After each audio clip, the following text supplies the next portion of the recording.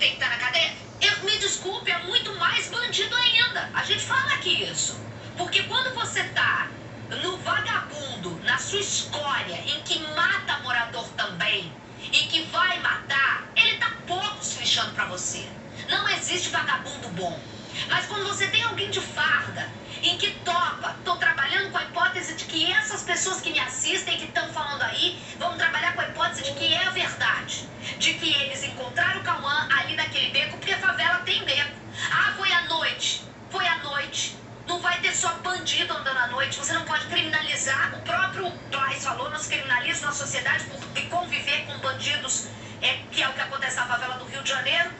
Se é o que acontece isso, ele não pode esperar que alguém de farda dê um tiro no meio do peito dele e jogue o corpo dele no valão, Marcelo Carregosa. Exatamente. Assim, quando tem algum inocente morto, qualquer coisa que for fazer já perdeu a justificativa. Até porque a atividade policial é incompatível com esse tipo de postura, de você realmente criminalizar ou dar um disparo proposital ou assumir um risco fora do comum de você acertar um inocente. Então é uma antítese da própria atividade, da própria atividade policial.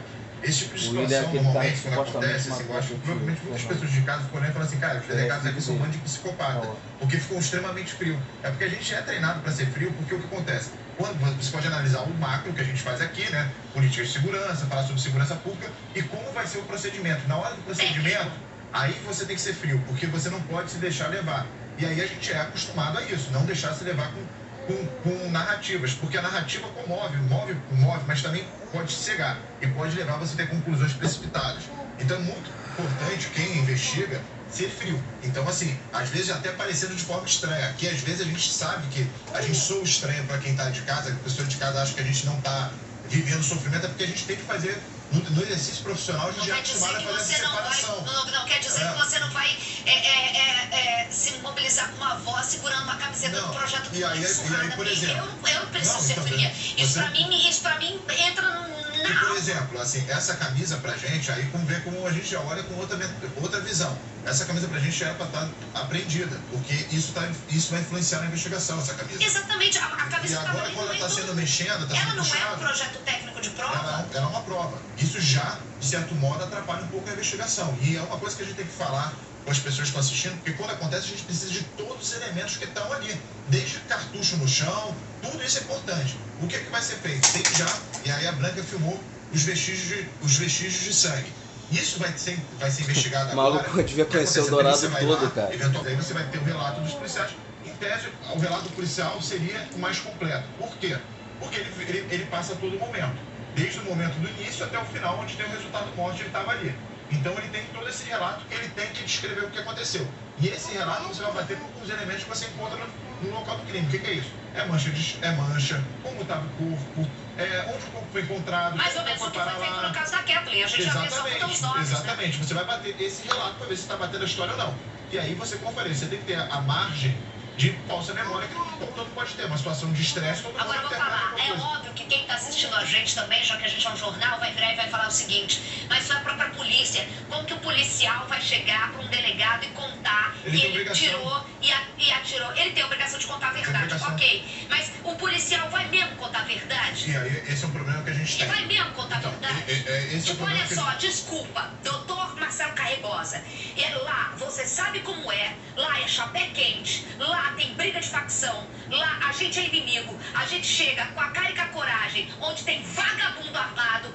Quando eu encontrei o Cauane, eu olhei, eu fiz um pré-julgamento, salve-se quem puder, ele vai me atirar em mim, achei que fosse bandido e matei um inocente. Isso é muito difícil da população que assiste a gente acreditar que existe um depoimento desse. É raríssimo. É raro, é óbvio.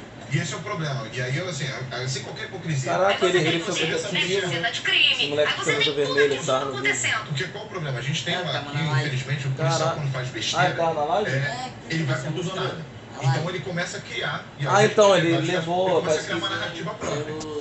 Quando ele tem a obrigação de contar a verdade. A atividade policial, a gente não pode negar o que é o Rio de Janeiro. Sim. Rio de Janeiro é uma situação fática de guerra. É de guerra. Então eu vou colocar um tweet aqui pra gente uma boa discussão nessa. Nisso tudo. Mas sabe por que a influência do tudo ou nada? Porque ele se ferra. O que acontece? Se o policial chegar e falar, qualquer policial, infelizmente, no Rio de Janeiro, pode dar um tiro mal dado. Sim. Isso daí acontece. Se ele chegar e falar, é uma guerra. Se ele chegar e falar o seguinte, olha, a gente chegou lá no local. Achei que o Cauã fosse, errei. Na hora, errei e dei um tiro. Acertei, porque ele não quer matar um inocente. Ele pode, ou ele vai, aí você vai fazer a investigação, primeiro, para saber se outro policial naquela situação teria dado disparo. Se qualquer outro naquela situação tivesse dado disparo, é o caso do guarda-chuva, o que acontece? Ele nem responde, ele está numa situação de erro, de legítima defesa putativa, que a gente chama.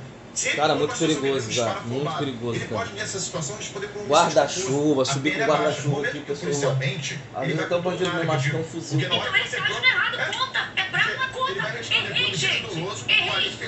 Você quer ver só? Eu vou fazer uma comparação ridícula. Eu ri e comentei na rádio da história do mendigo. Eu que sou feminista. Hoje eu falei, errei como comunicadora. Não deveria, ridículo o que eu fiz, ridículo. Mas é difícil você reconhecer o próprio erro, né? E no caso de um policial, de um médico, é vida. E uma coisa que você não reconhecer esse erro, é a diferença dele ficar, eventualmente, responder por um crime de 4, 5 anos, e o crime de responder um crime de que ele vai pegar 60 anos de prisão. E ele tem que saber disso. Porque principalmente ele tá quando você tem favelas conflagradas, que essa é a palavra usada, em que você tem marginais, mas você tem, em sua maioria, pessoas jovens de projeto, mulheres que saem de casa, sabe? O ônus dessa história é muito grande. A gente teve um tweet que passou na tela batido, que eu quero colocar Carregosa, se vocês acharem, em que o da câmera, que ajudaria a civil, por exemplo, numa investigação. Sim. Numa coisa como essa, uma versão como essa, se o agente tivesse uma câmera, projeto aprovado, verba, se o cara tivesse aqui, o cara fala, doutor Carregosa, não atiramos. Doutor Carregosa, tinha bandido fugindo. Depois que a gente vê o homem caindo lá e a gente vê que é um menino de 17 anos. O cara tava com a câmera aqui. A gente não estaria falando aqui. A gente estaria botando uma imagem como essa no ar. E o próprio policial hoje nem precisava estar afastado. Quem que fala é o Gilson Duarte. Mandou essa. Cadê as câmeras dos uniformes? Isso, numa situação como essa, seria primordial, Carregosa. Seria primordial. Aí você falou assim também, porque mente, também é outra coisa que a gente tem que levar em consideração. Às vezes as decisões não mais serem tomadas técnicas por conta de opinião pública. E isso também está influenciando na mentira dos policiais. O que leva o policial... O contexto tá maluco, né, se o policial chegar na delegacia e falar, eu atirei mal, ele vai ser massacrado por toda uma sociedade e parece que vai forçar ele, se ele for indiciado. E eu vou dar um exemplo, que foi o caso daquele menino lá no São Gonçalo. Os policiais, eles falaram que eles interpretaram errado. Eles foram indiciados por homicídio culposo. Aí veio o OAB, veio uma porrada de grupo. Não, é homicídio doloso. Ou seja, os policiais que não mentiram na situação, eles estão respondendo por homicídio doloso. O policial que erra uma situação, imagina quando ele vê isso. Que o cara que falou a verdade está respondendo por tudo ou nada. A questão a gente então, vive assim, no momento, de é o contexto errado. Sim, teremos que mudar. Não existe assim, não existe uma resposta fácil para falar porque o policial mente, eventualmente, quando faz uma besteira em depoimento. É tudo errado, porque ele olha e fala assim, eu vou me ferrar, então, entre me ferrar, eu vou apostar tudo. E quando, aí, na verdade, não é para ser assim. E aí a gente fica tão assim, tem gente que insiste em não falar que é uma guerra. É uma guerra. E os Cauãs estão aí todos os dias, Cauãs, Ketlins. A gente vai continuar acompanhando a apuração, a investigação. Provavelmente amanhã teremos novos fatos. Eu sei que eu já estou muito tempo nesse caso, mas acho muito importante a gente debater sobre isso. Caraca, foi o jornal todo pra isso. Justamente com o SBTI o mais Parou faz, tudo. que é tentar verdades, né? Com essa discussão de ideia. O Carregosa falou muito bem. Eu sou por emoção, para isso tem parte técnica da história aqui, para não se fazer injustiça. Porque quem luta por justiça não pode, em momento algum, ter aqui, ó, o negócio vedado. Falando em justiça, meio de 26, a justiça decidiu manter preso